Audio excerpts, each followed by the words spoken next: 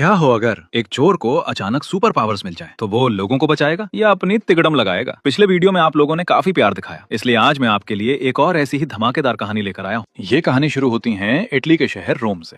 रोम की भीड़ भाड़ वाली सड़कों पर एक चोर जिसका नाम एंजो है। एंजो ने अभी अभी एक कीमती सोने की घड़ी चुराई है और पुलिस उसके पीछे हाथ धोकर पड़ी है। एंजो अपनी जान बचाने के लिए गलियों में भाग रहा है। वो एक पुराने से बंदरगाह यानी पोर्ट पर पहुंचकर छुप जाता है, लेकिन पुलिस वाले भी कम नहीं थे।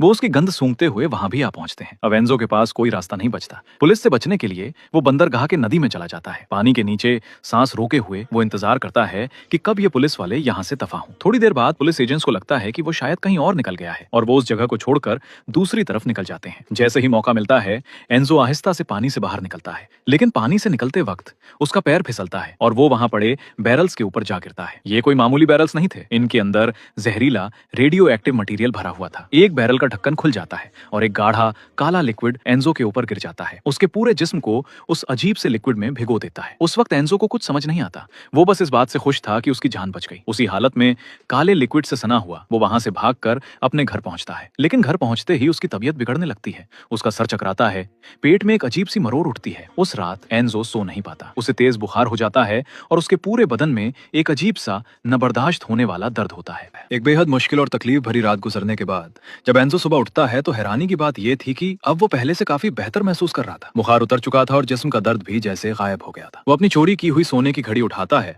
और एक आदमी से मिलने निकल पड़ता है जिसका नाम था सर्जियो। ये सर्जियो एक बड़े शातिर क्राइम बॉस फाबियो के लिए काम करता था, जिसे लोग सिगानो यानी द जिप्सी के नाम से जानते थे। जब एंजो सर्जियो को ढूंढ रहा था उसी वक्त सर्जियो अपने बॉस फाबियो यानी जिप्सी और उसके गैंग के साथ एक मीटिंग में बैठा था। इस गैंग में फाबियो का छोटा भाई विंसेंजो भी था। उनके पिता की मौत के बाद ये सारा क्रिमिनल बिजनेस फाबियो को विरासत में मिला था, लेकिन उसके अपने ही आदमी उसकी इज्जत नहीं करते थे और अक्सर उसके फैसलों पर सवाल उठाते थे। उसकी अथॉरिटी को हमेशा चैलेंज किया जाता था, जिससे वो अंदर ही अंदर घुटता रहता था। इस फ्रस्ट्रेशन को और बढ़ाने के लिए उसका एक आदमी एक नया मोबाइल फोन लेकर आता है। फाबियो ने साफ साफ एक काले रंग का फोन लाने को कहा था, लेकिन ये आदमी एक सफेद फोन ले आया था। इतनी सी बात पर फाबियो का पारा चढ़ जाता है। वो अपना सारा गुस्सा उस आदमी पर निकालना शुरू कर देता है। वो उसे उसी सफेद फोन से तब तक मारता रहता है जब तक उसकी जान नहीं निकल जाती। इससे पता चलता है कि जिप्सी कितना बेरहम और संकी है। मीटिंग खत्म होने के बाद सर्जियो बाहर आकर एंजो से मिलता है। एंजो उसे वो सोने की घड़ी दिखाता है और 100 यूरो के बदले में उसे बेच देता है। फिर वो एंजो को एक नए काम का ऑफर देता है और उसे अपने साथ अपने घर ले जाता है। सर्जियो के घर के अंदर वो काम का सामान लेने के लिए जाता है। कुछ ही पल बाद